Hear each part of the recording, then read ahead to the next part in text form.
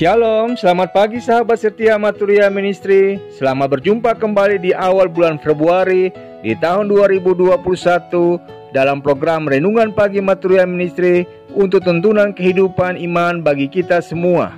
Puji syukur bagi Allah yang masih menganugerahkan kehidupan bagi kita semua, bahkan bagi sahabat setia Maturia Ministry yang masih dipercayakan Allah untuk mengingat rayakan setahun usia yang bertambah teristimewa bagi anak Erenia Sefanya I. Halei dan Ibu Sortasi Hite, dan untuk usia pernikahan bagi kehidupan keluarga yang berbahagia Bapak Yusuf Parlan dan Ibu Lesteria Purba.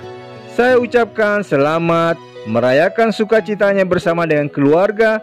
Doa saya senantiasa anugerah kehidupan senantiasa diberikan lewat kekuatan kesehatan, hikmah dan kebajikan, serta menyempurnakan sukacitanya senantiasa. Kini kita akan mendengarkan sabda Tuhan yang akan menyapa kita sekalian. Mendahulunya kita sehati di dalam doa. Kepadamu ya Bapa, kami mohon urapi kami dengan Roh-Mu yang kudus, dan penuhilah kami dengan hikmat Allah, sehingga kami siap mendengarkan sabda-Mu lewat bacaan Alkitab di saat ini. Demi Kristus Yesus kami berdoa. Amin. Bacaan Alkitab saat ini terambil dari Injil menurut Markus pasal 10 ayat 46 hingga ayat yang ke-52 yang menyatakan, lalu tibalah Yesus dan murid-muridnya di Yerikho, dan ketika Yesus keluar dari Yerikho bersama-sama dengan murid-muridnya dan orang banyak yang berbondong-bondong, ada seorang pengemis yang buta bernama Bartimeus anak Timeus duduk di pinggir jalan. Ketika didengarnya bahwa itu adalah Yesus orang Nazaret, mulailah ia berseru, Yesus anak Daud, kasihanilah aku. Banyak orang menegurnya supaya ia diam, namun semakin keras ia berseru, anak Daud, kasihanilah aku. Lalu Yesus berhenti dan berkata, panggillah dia. Mereka memanggil orang buta itu dan berkata kepadanya, kuatkan hatimu, berdirilah, ia memanggil engkau. Lalu ia menanggalkan jubahnya, ia segera berdiri dan pergi mendapatkan Yesus. Tanya Yesus kepadanya, apa yang kau kehendaki supaya aku perbuat bagimu? Jawab orang buta itu, Rabuni, supaya aku dapat melihat. Lalu kata Yesus kepadanya, pergilah, imanmu telah menyelamatkan engkau. Pada saat itu juga melihatlah ia, lalu ia mengikut Yesus dalam perjalanannya. Demikianlah sabda Tuhan. Umumnya saudaraku, orang yang sakit berbondong-bondong datang ke acara kebaktian kebangunan rohani dengan harapan agar dipulihkan ataupun disembuhkan dalam acara itu. Namun, suatu ketika dikisahkan Pendeta Libams sebagai salah satu pemimpin Hillsong College mengadakan kebaktian kebangunan rohani.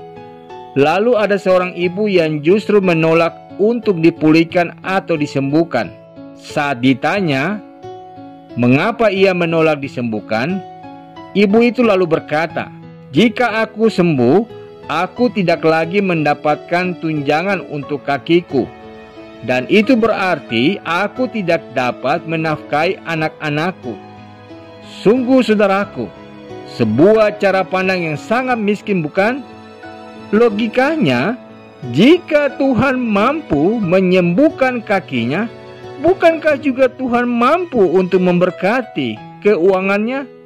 Pada zaman Yesus, orang-orang cacat seperti orang buta, orang timpang, dan yang berpenyakit serius biasanya akan menjadi pengemis. Pengemis-pengemis ini sering berada di pinggir jalan atau di dekat tempat yang ramai dikunjungi orang, misalnya di bait Allah. Meskipun mereka mendapatkan sejumlah uang dalam jumlah yang besar karena mengemis, namun mereka memilih sembuh dari sakitnya daripada mendapatkan uang tapi dalam keadaan cacat. Ironisnya, sangat berbeda dengan ibu yang tidak mau disembuhkan oleh karena mengharapkan tunjangan seperti yang dikisahkan tadi. Sesungguhnya saudaraku, mentalitas kemiskinan seperti itu kerap terjadi dalam kehidupan manusia. Mereka hidup dari belas kasihan manusia. Ketika mendengar kabar tentang adanya pemberian bantuan di masa-masa pandemi COVID-19 oleh pemerintah pusat, maka ada banyak orang berbondong-bondong bahkan sampai berebutan untuk mendapatkan jatah bantuan itu. Ketika pemerintah misalnya melaksanakan program BLT, bantuan langsung tunai, mereka yang termasuk orang mampu pun tak segan-segan menyulap dirinya menjadi orang miskin demi mendapatkan BLT. Sungguh menyedihkan jika ada orang Kristen yang termasuk di dalamnya. Hari ini saudaraku, kita belajar dari Bartimeus pengemis buta yang ngotot agar disembuhkan oleh Yesus. Bahkan dengan langkah iman, ia menanggalkan jubah pengemisnya saat datang kepada Yesus. Itu adalah tanda bahwa ia tidak mau lagi hidup dalam belas kasihan manusia, namun dalam belas kasihan Tuhan. Bagaimana dengan kita saudaraku? Semoga kita dapat menjadi Bartimeus masa kini yang mencari dan berharap dalam iman hanya kepada anugerah pengasihan Kristus, bukan kepada manusia. Amin. Saudaraku, mengakhiri perenungan kita pada saat ini, mari kita sehati dalam doa. Syukur dan terima kasih ya Bapa untuk kesempatan menikmati indahnya pagi ini dalam persekutuan bersamamu lewat kebenaran firman-Mu yang mengajarkan kepada kami untuk belajar mempercayakan hidup kami dalam iman dan pengharapan yang teguh hanya kepadamu, bukan kepada belas kasihan manusia. Karena sesungguhnya Engkaulah Allah yang menggerakkan setiap hati umat manusia sebagai buatan tangan-Mu. Tolonglah kami dengan hikmat-Mu dalam menapaki hari-hari hidup kami ke depan untuk senantiasa hanya berserah dengan berpengharapan pada anugerah kasih sayang-Mu. Demi Kristus Yesus kami berdoa. Amin. Selamat beraktivitas saudaraku. Jalanilah hari hidupmu dengan sukacita, bukan karena segalanya berjalan dengan baik, namun karena kita tahu bahwa Tuhan yang baik masih membangunkan kita untuk dapat menapaki kehidupan ini. Karena itu, apapun situasimu di hari ini, berharaplah senantiasa pada pengasihan Tuhan, bukan pada pengasihan manusia. Tuhan menolong dan memberkati kita semua.